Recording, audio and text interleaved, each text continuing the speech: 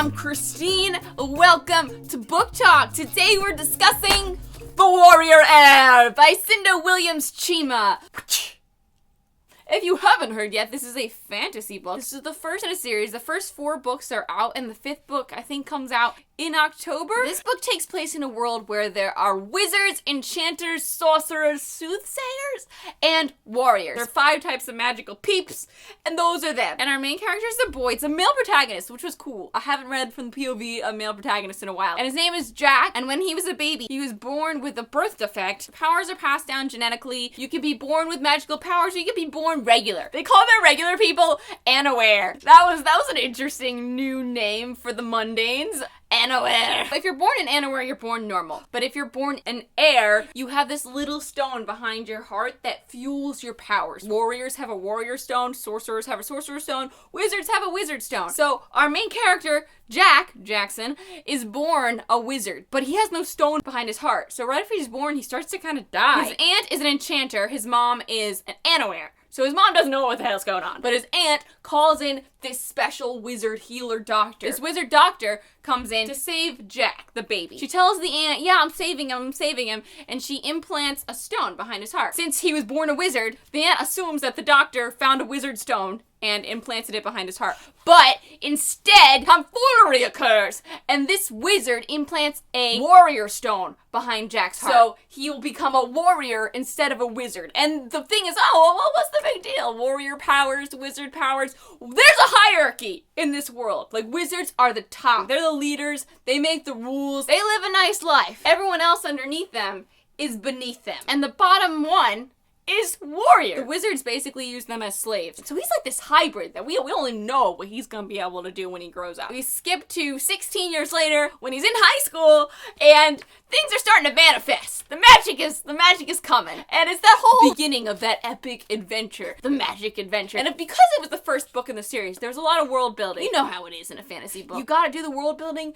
to have the payoff in the end. The characters are interesting, fun, and actually remind me a lot of Teen Wolf because they're in high school, but there's this supernatural stuff just jutting into it. We're seeing from the point of view of this boy and his 2 friends, and they're playing soccer, and the magic starts to come out during the soccer practice, and it just reminded me of, the lacrosse sessions in Teen Wolf. Classic.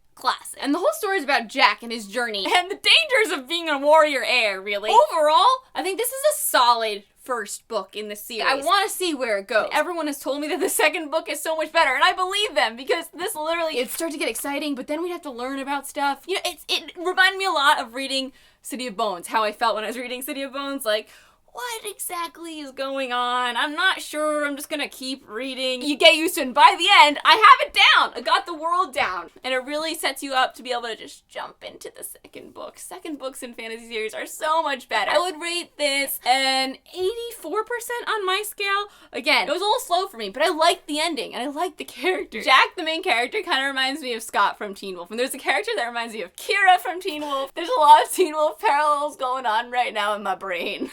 If you didn't know, The Warrior Heir is actually our BOOKSPLOSION July Book of the Month read-along, which is sponsored this month by Hyperion Teen, which is so cool. The BOOKSPLOSION crew and I will be having a live show for The Warrior Heir to discuss all the things in all their intricate glory on August 2nd on my channel at 7 p.m. EST. If this sounds interesting to you, you should pick it up and read it so you can join the discussion. Hopefully we'll see you there. We've now reached the end of the non-spoiler section. If you do not want to be spoiled on the book, bye-bye, bye-bye, bye-bye, bye-bye. Check it out. It's Shadow Slayer! What do you think is cooler, Shadow Slayer or Percy Jackson's pen? I can't think of the name right now. Oh my god. So, I'm really curious. Anyone else drawing these Teen Wolf parallels? I know this came before Teen Wolf, okay?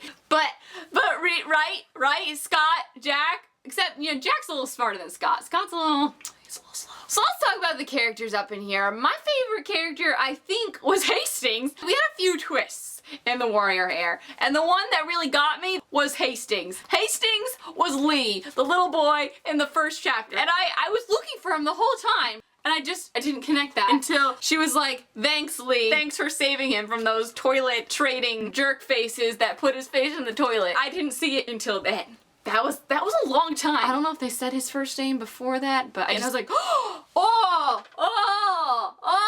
Now, the Aunt Linda, right? She was like a teenager when Jack was born. So now she's like 30. And Leander is like a million. So how old was she when they dated? You know? Was she like 20? What?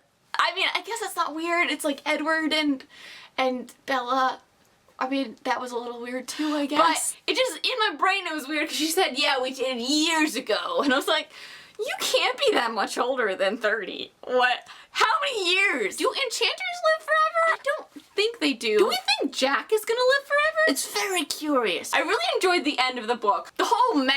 It was very reminiscent in some ways of the Hunger Games. I knew Ellen was gonna be the person. I knew it. There was so many hints that she was something supernatural. Like she was weirdly strong when she held his arm back. And she was weirdly athletic. And she looked weirdly good from gardening. What? Who gets ripped from gardening? Really? I don't understand. Why did you let that pass as an explanation for being fit? No, Jack, no. And as soon as we knew that there was going to be a champion for the Red Roses, I was like, oh my god, it's gonna be Ellen. And then it was Ellen, and I was like, oh my god, it's gonna be like the Hunger Games. He was Peeta, and she was Katniss, and it all worked out in the end because she couldn't kill him. I'm anxious to see where we go from here, because now Ellen is in town. I like when they're in high school and these shenanigans are going on with that backdrop. I think that's what makes Teen Wolf so much fun, and I don't think we can really stay in high school this whole time, because I think we have to probably venture off. The next one's called the Wizard Err, so Jack is probably gonna be exploring his wizarding abilities, because obviously he has more than we thought he would have. I love when they're fighting and he puts up the wizard wall and then he turns her sword into a bouquet of flowers. It's just, that was great. It's interesting how the wizards are in this world. There's no wand. It's just like little Latin words they spit out of their mouth and just stuff happens. It's crazy. And then you have sorcerers who are more physical with the magic. So what I got from that is that she can sew magic into a sweater, but she can't spit magic out of her mouth. She can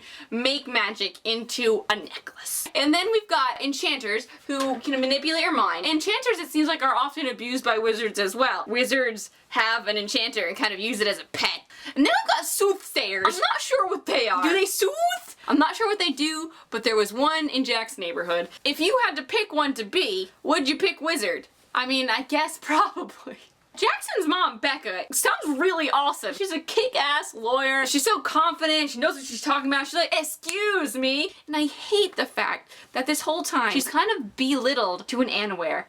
They are constantly enchanting her brain, not telling her the truth. Since she's in this family of heirs, you would think she has some idea of the history of the family. I mean, she's into magic and stuff. I mean, we learned that in the beginning. She's into all different sorts of witchy beliefs and fortune telling, but she doesn't know about heirs? Her own sister's an enchanter and she doesn't know? Because her sister's an enchanter and she probably enchanted her not to know. But why? Why would you do that? It's like Aunt Jenna in the Vampire Diaries. There's so much crap going on around her that has to do with vampires that she has to know. She's in more danger not knowing than knowing. The idea that you're trying to protect her at this point is BS, and I think it's the same thing for Becca. It's disrespectful, it's condescending, and why haven't they told her yet? Ellen, I love this scene in the beginning when Leisha comes to the booth where they're eating ice cream and starts hitting on Jack in front of Ellen, and Ellen's like, oh, Leisha, and then she picks up hot fudge and just pours it on Leisha. Right on, girl. You pour that hot fudge. I still think my favorite character is Lee. Lee is very interesting. I want to learn more about him. I want to see more from his point of view. I want to know more about him and Linda's relationship, honestly. I think that it's a really, really interesting topic, especially since it seems like he's just had relationships repeatedly with Downey women as they go on and on down the line. It seems like he's kind of hitting on Becca sometimes, does it not?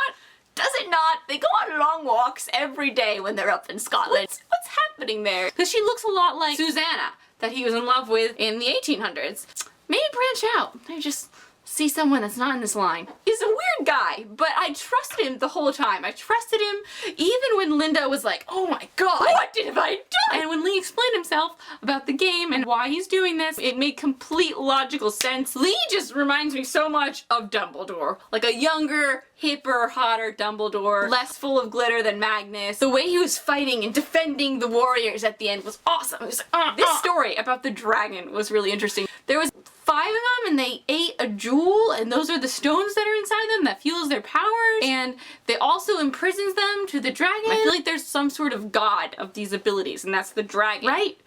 I'm not sure. I'm sure it'll get clearer as the series goes on. I wonder where we're gonna go from here because we're back in Trinity, Ohio. What a random place to host this. Like, is Cinda Chima from Ohio? Let me know your thoughts on this first book. Are you gonna pick up the second book? If you have read the second book, please let me know your thoughts on it. Share your feels! I'm Christine. Thanks for watching. I'll talk to you next time. Bye!